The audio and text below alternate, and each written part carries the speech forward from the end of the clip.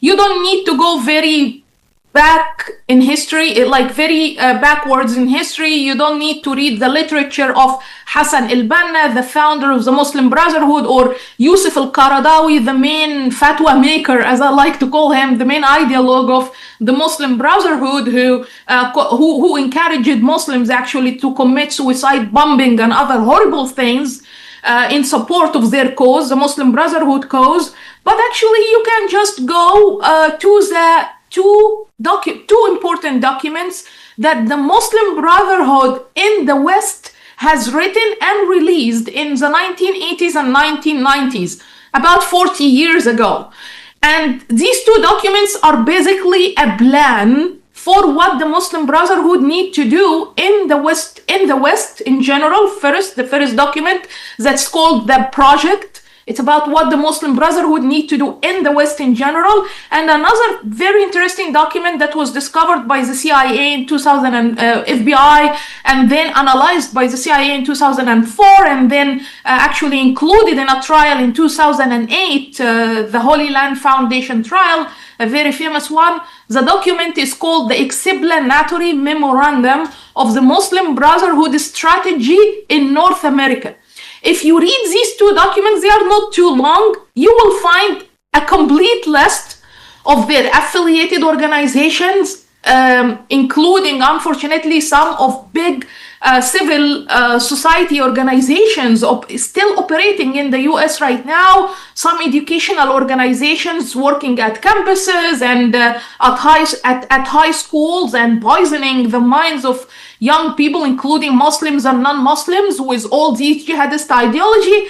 And actually, they are putting a plan that they are calling the civilizational jihad against the West.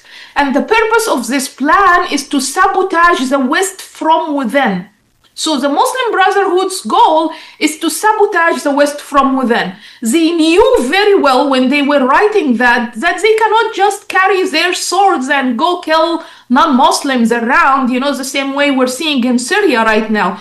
Because such an action, it can happen in the Middle East. It can happen in other places other than Western countries where democracy and the rule of law is controlling everything, or above all. So to do that, they needed to manipulate the system. They needed to play within the system through three things, actually.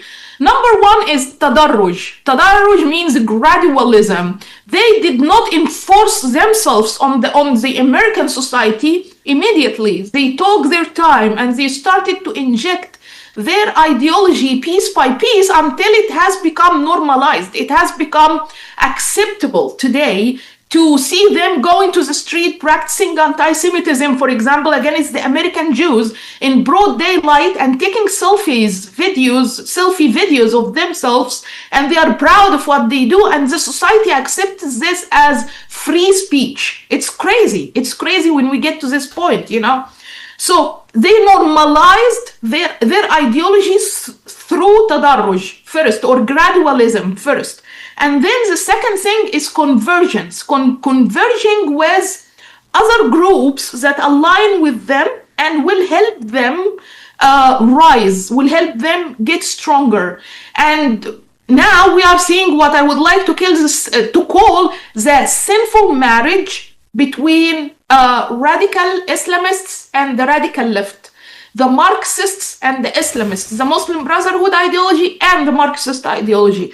And I don't need to explain how they are wreaking havoc already all over the United States, starting from the borders up to protests, Free Palestine protests in Washington and elsewhere, and American campuses and so. And the third thing actually is targeting educational institutions. Why? Because there are the youth who are still like a white paper. They are still very fresh. They don't know much about the world. They are very much falling under peer pressure. They are influenced by other colleagues, and they want also to feel, as teenagers, they want to feel like they are playing a role bigger than themselves, giving them a cause. So they actually played really well on this. And right now they are everywhere all over American campuses, recruiting people who are Muslims and non-Muslims, Arabs and non-Arabs, to support a cause that is not even American. But since when Palestine is an American cause? Since when?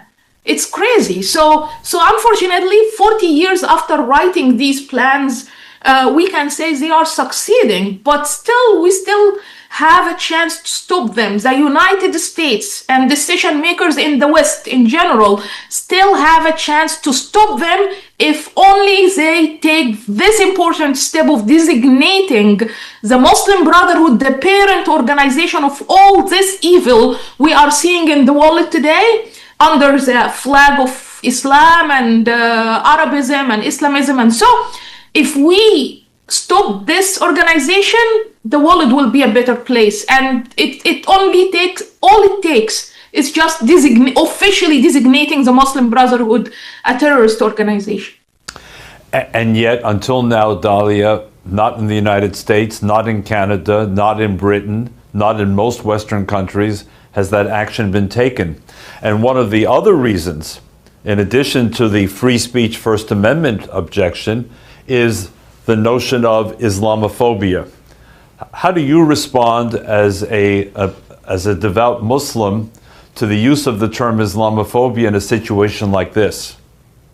That's very true, David. Unfortunately, anyone who tries to speak up against these radical Islamists, they immediately bring up the card of Islamophobia against this person. And it's even more severe in places like Canada, where they use cancellation policy against people whom they easily and freely accuse of being Islamophobic for simple things. Like, for example, one of the interesting people, I just don't remember his name, he was a politician in Canada, and they canceled him and removed him from his position only because, like, years ago, he reviewed a book about the Middle East, where in this book there was criticism of early Islamic conquests or so.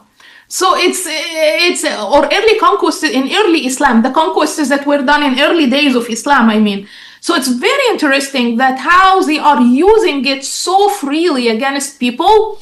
But there are two factors to contribute to this. First, people don't understand what really Islamophobia is.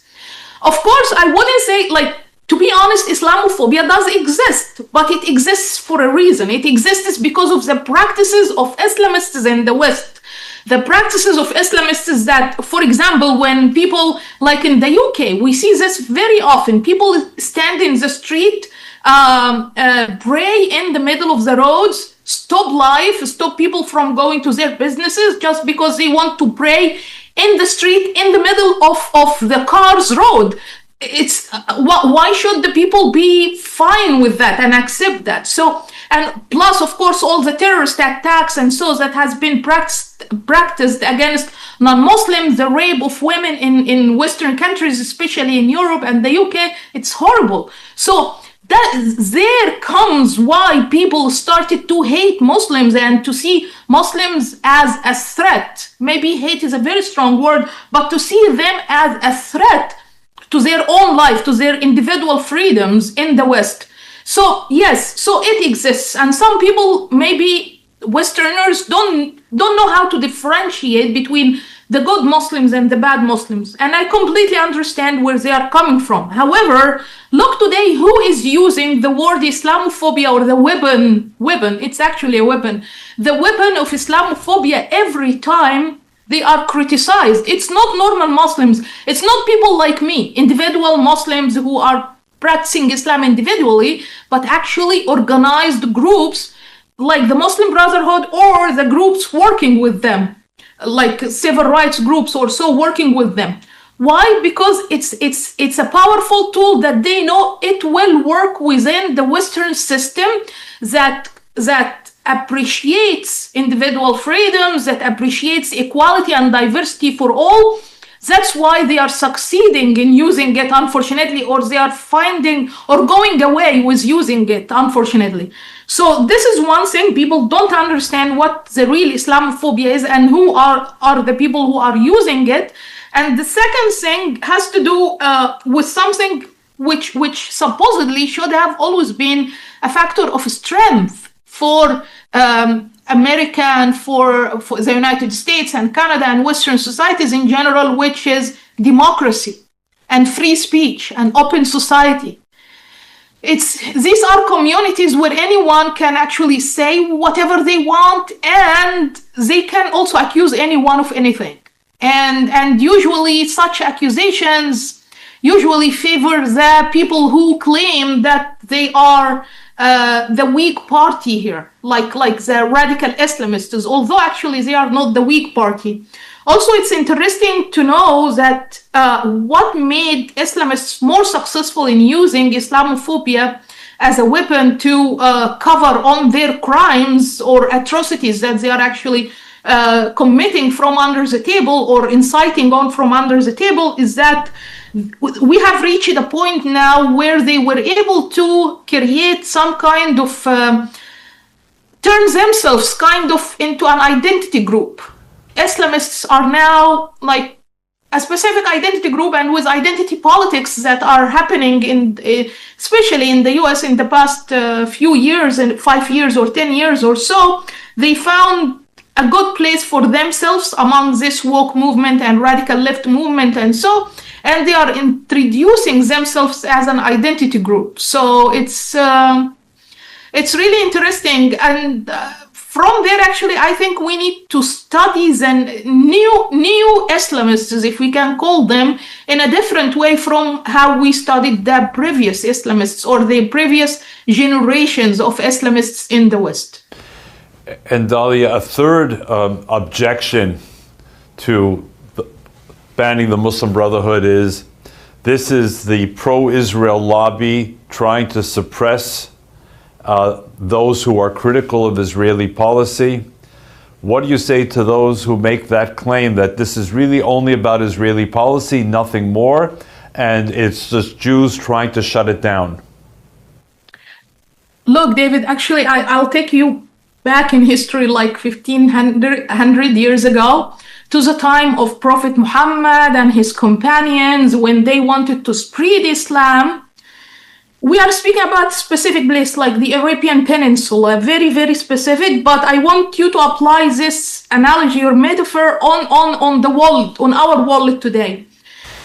They are one tribe, and they want to spread their religion or ideology to all the other tribes in order to gain political power over all these other tribes and rule the Arabian Peninsula at that time, and become the most powerful tribe in this world, in their world at that time. The only group, or the only tribe that stood against them were the Jewish tribes at that time.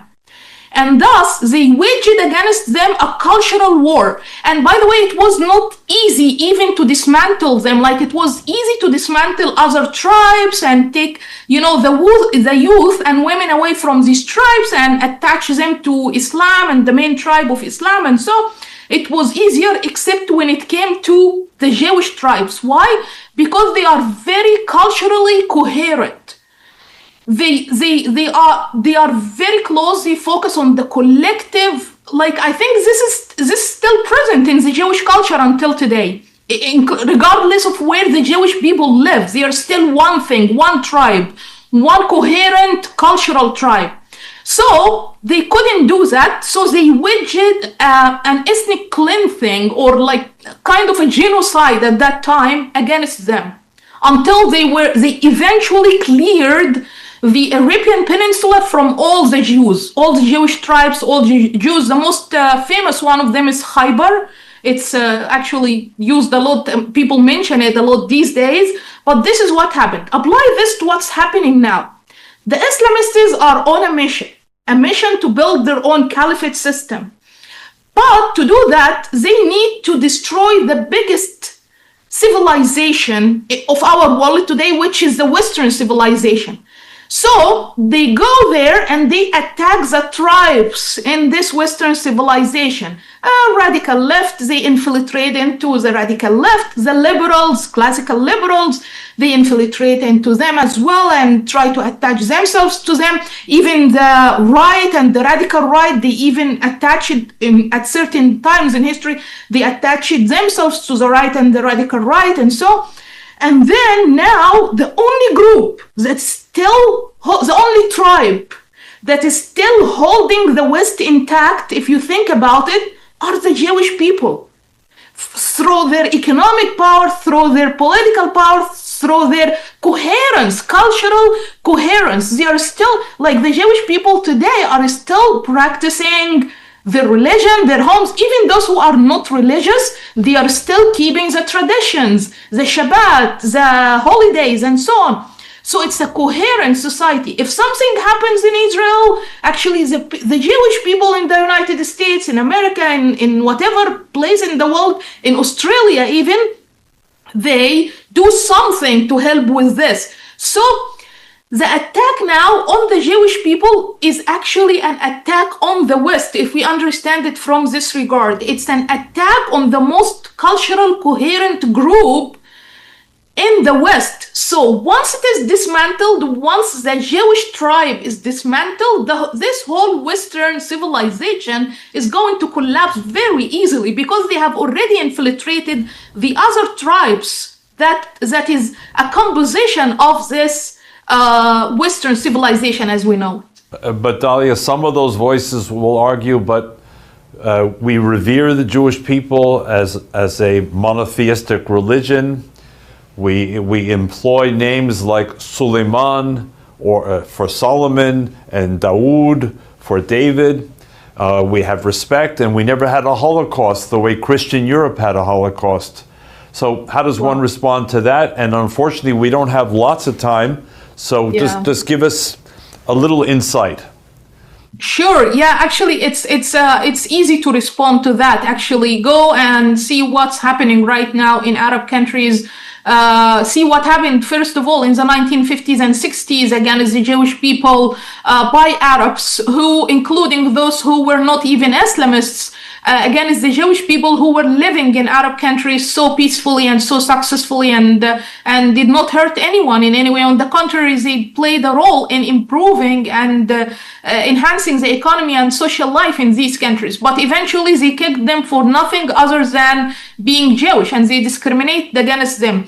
The tribal story I told you about from the time of the Prophet and his companions is also very telling about this systematic anti-Semitism that's happening against the Jews by Muslims since early times. And right now, the discrimination that's not discrimination, real practices of hate, actually, anti-Jewish people in America, in the United States, in Canada, in Europe, and so are not just happening by accident. They are coming from a deep, deep ideology of hate that is motivating people to do such actions. So any claims that, we are also Muslims love the Jews or are okay with the Jews, unfortunately, among the overwhelming majority, this is not the case. We just have a few moments left, but I need to ask you, in the context of everything you said, when you watch what's happening where I'm sitting in New York City with the mayor's race and the success so far of Zohran Mamdani, do you see this as in any way linked to what you've been talking about, or do you see this as somehow separate from everything you've been talking about briefly?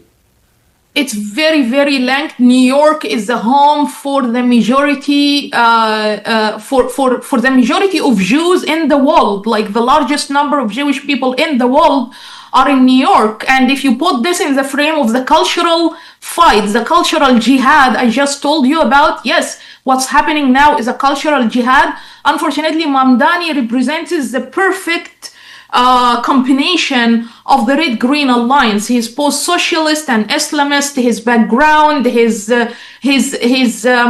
mingling among these groups of neo-Islamists and neo-Marxists we are dealing with today, the causes he adopts, and so makes him like the perfect point of or perfect like on the forefront actually of this fight, of this cultural jihad fight. He could be the perfect point or the perfect weapon, if the word is right, to fight with at the first step in this bigger cultural battle.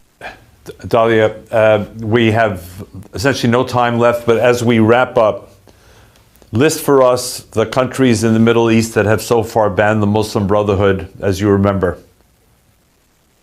Yeah, actually, it's ironic. I know it's that in the Arab world, where Arab countries, where the Muslim Brotherhood were first born, are the countries that are more active on designating the Muslim Brotherhood terrorist organization, pushing them out of their countries, while in the Western world, where these people are openly declaring jihad on their civilization, the Western civilization, they are still hesitant to do the same with them. So Egypt, the Muslim Brotherhood was born in Egypt nearly 100 years ago. Yeah. Egypt has banned the Muslim Brotherhood. Jordan? Egypt banned the Muslim Brotherhood. Jordan recently banned the Muslim Brotherhood. Saudi Arabia, United Arab Emirates, and Bahrain all have already banned the Muslim Brotherhood.